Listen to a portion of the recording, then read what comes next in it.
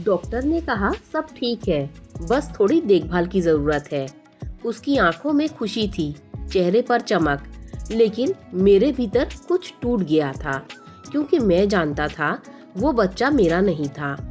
कहानी की शुरुआत कुछ महीने पहले की है। मेरा नाम अर्जुन है।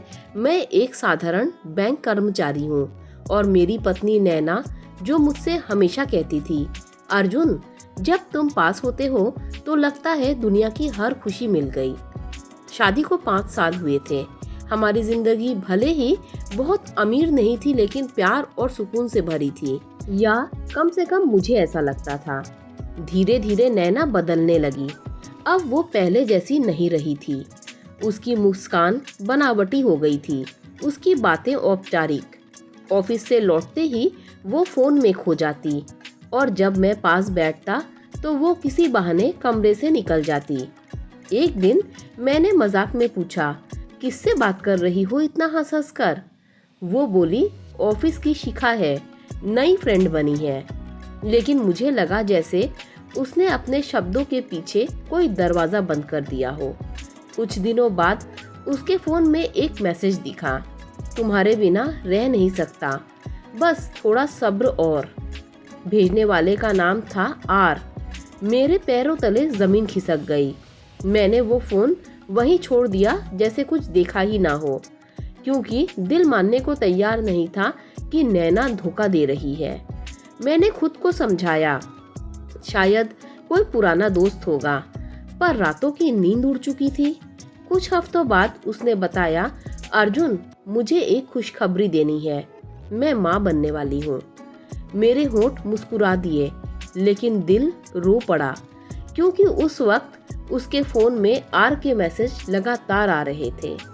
मैंने किसी को कुछ नहीं बताया, बस हर दिन उसकी तरफ देखता और सोचता रहा, क्या मैं इतना बुरा था कि उसने किसी और का सहारा ढूंढ लिया?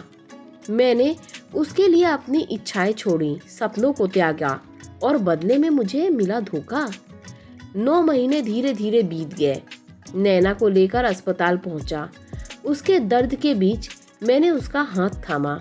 वो रो रही थी, मैं भी, लेकिन अलग वजह से। जब बच्चा पैदा हुआ, डॉक्टर ने कहा बेटा हुआ है। मैंने उसे गोद में लिया। छोटा सा चेहरा, मासूम आंखें, और मेरे भीतर जैसे कुछ टूट कर भी जुड़ गया। वो बच्चा मेरा नहीं था, पर उसकी मासूमियत ने मुझे जीत लिया। नैना कुछ दिन बाद ठीक हुई। उसने मुझसे कहा, अर्जुन, मुझे माफ कर दो, मैं बहुत कमजोर पड़ गई थी। रितेश मेरा ऑफिस कलीग था।